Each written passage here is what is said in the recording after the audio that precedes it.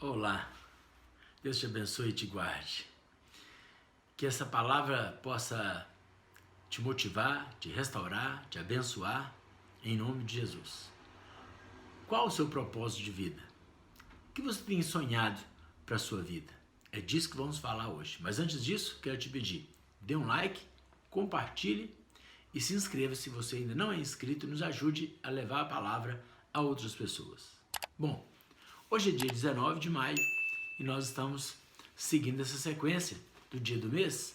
Por isso vamos ler capítulo 19 de Provérbios, versículo 21. Está escrito assim: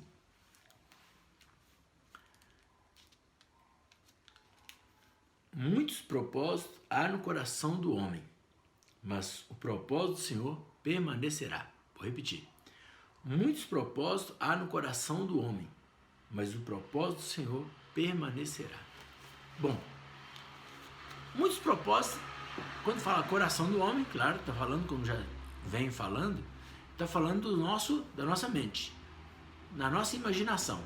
A Bíblia diz que os olhos não viram, que os ouvidos não ouviram e que não chegou ao coração do homem, ou seja, a imaginação do homem é o que Deus tem preparado para aqueles que o amam. Agora, e o propósito de Deus? O que eu quero falar aqui hoje, talvez, se for a primeira vez que você ouve dessa forma, pode ser um pouco estranho, mas que outros já estão acostumados com essa exemplificação. Por exemplo, quando o criador do celular, ele projetou, ele desenhou o telefone celular, ele tinha um propósito em mente.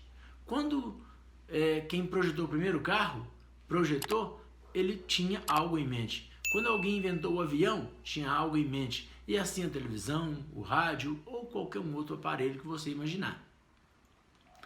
Servindo aqui de exemplo, quando Deus nos criou, Ele nos criou com um propósito definido. Qual que era o propósito? Porque essas são perguntas filosóficas, são perguntas da natureza humana. Quem eu sou? De onde eu vim? Para onde eu vou? Qual o meu propósito? Então, quando a gente para pensar nisso, a gente começa a compreender algumas coisas que não estão de acordo na nossa vida. Por quê? Porque o nosso fabricante, né? Ou seja, o nosso Pai, o nosso Deus, Ele nos criou com um propósito, para um propósito. Por isso que você nasceu com esse tamanho, com a cor da sua pele, com o seu cabelo, os seus olhos, a cor dos seus olhos. Você tem a única digital, ninguém tem uma digital igual a sua. Ou seja, você é único. Então é muito importante quando a gente tem essa compreensão da nossa importância para Deus e para o propósito que Ele nos criou.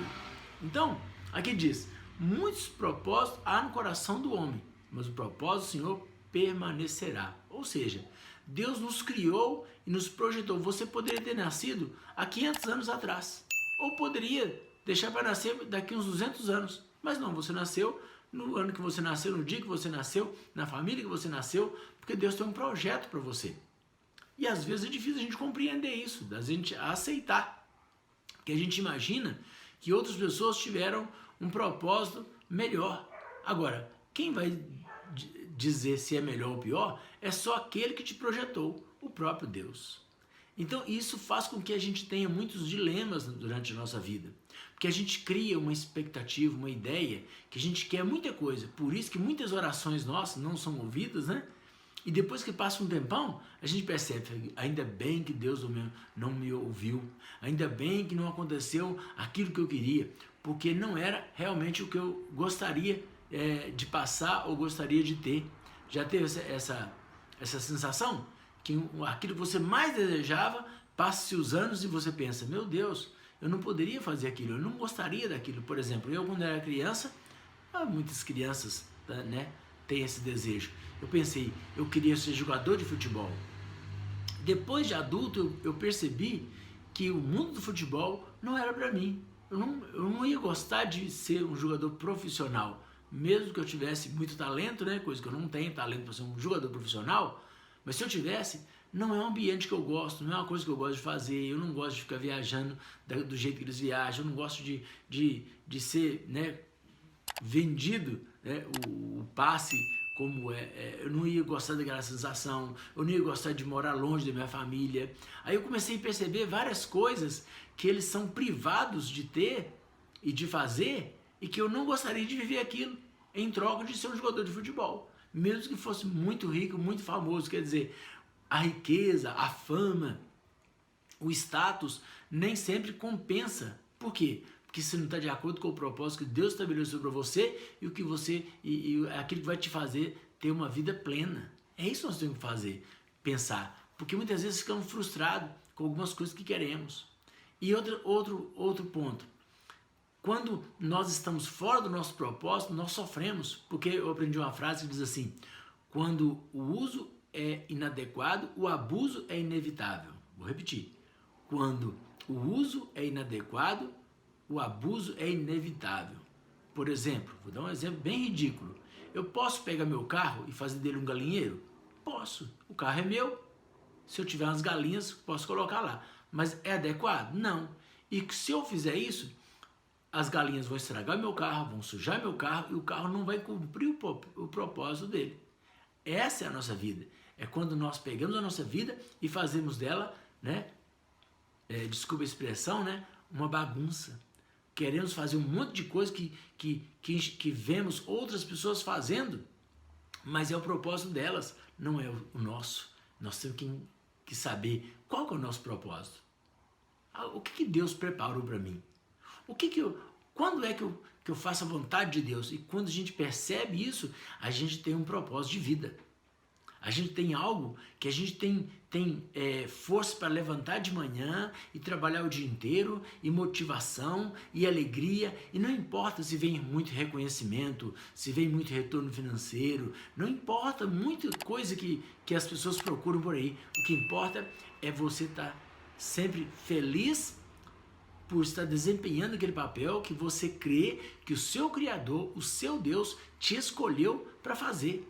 Isso muda totalmente a nossa vida. Então eu quero deixar essa palavra de meditação para você pensar na sua vida. O que você tem feito da sua vida? O que você faz? Qual é o seu projeto? Será que é só existir? Tem pessoas que trabalham, dormem, comem, trabalham, dormem, comem, trabalham e às vezes fazem algumas coisas a mais. Por exemplo, coisas básicas, né? Forma uma família, cria filhos, e fica por aí. Trabalha numa profissão que não gosta, não tem sentido, a vida não tem sentido. E fica esperando os dias se passarem e não tem sonhos. E os sonhos, eles vêm de Deus. Quando você tem um sonho, que você tem força para trabalhar naquele sonho, desenvolver aquele sonho, você percebe que é um sonho de Deus para a sua vida, porque encaixa com o propósito de Deus junto com o seu propósito. É isso que nós temos que descobrir. Como é que nós descobrimos isso?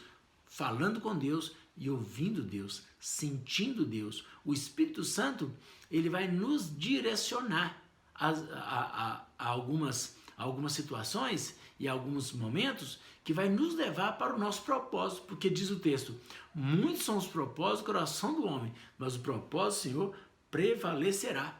Por isso que a Bíblia diz também em Isaías: mas o homem, a pessoa nobre, projeta coisas nobres, e por causa desse projeto ele permanece de pé.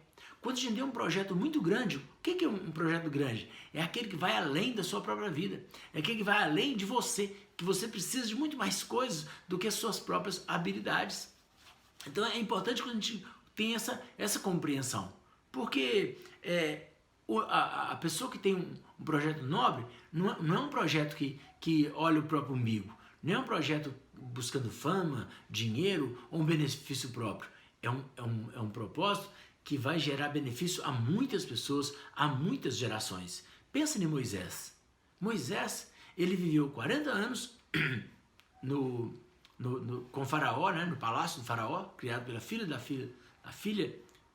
como filho da filha de Faraó, né, quase um neto, né?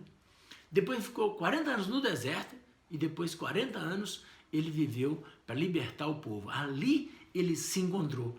Então tudo que ele passou antes era uma preparação de Deus. No primeiro momento, um sofrimento, uma criança que é tirada da mãe e é criado num palácio, mas longe da família. Depois ele vai fazer justiça com as próprias mãos e ele é obrigado a ficar 40 anos no deserto, né? Longe da família, longe do lugar que ele foi criado, e fugitivo. E depois ele dedica 40 anos para um propósito muito grande, de libertar milhões de hebreus que estavam escravos há mais de 400 anos no Egito. Pensa aí, o que você tem feito? Quantos anos você já viveu e talvez fora do propósito de Deus? Talvez você está no propósito. Se você estiver no propósito, mas está pensando em abandonar, não abandone. Deus te chamou para isso. Talvez você está sofrendo, talvez está num momento difícil, mas creia que a vitória vai chegar. Momentos difíceis vão acontecer, mas o nosso Deus está além das circunstâncias. Então lembre-se disso. Se você está no seu propósito, não importa quantas lágrimas vão derramar, elas vão ser derramadas mesmo. Não se engane. Não vai ser vida fácil, mas você vai vencer, porque a Bíblia diz em Hebreus, nós não somos daqueles que retrocedem, mas daqueles que avançam para a salvação.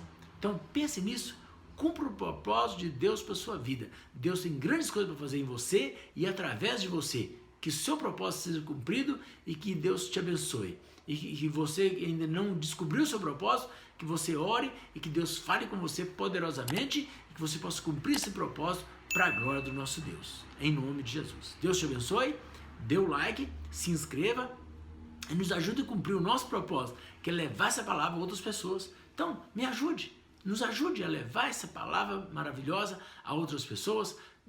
Compartilhe esse vídeo com alguém que você lembrou, alguém que Deus vai te lembrar ainda, e que Deus te abençoe. Muito obrigado e até a próxima, se Deus quiser.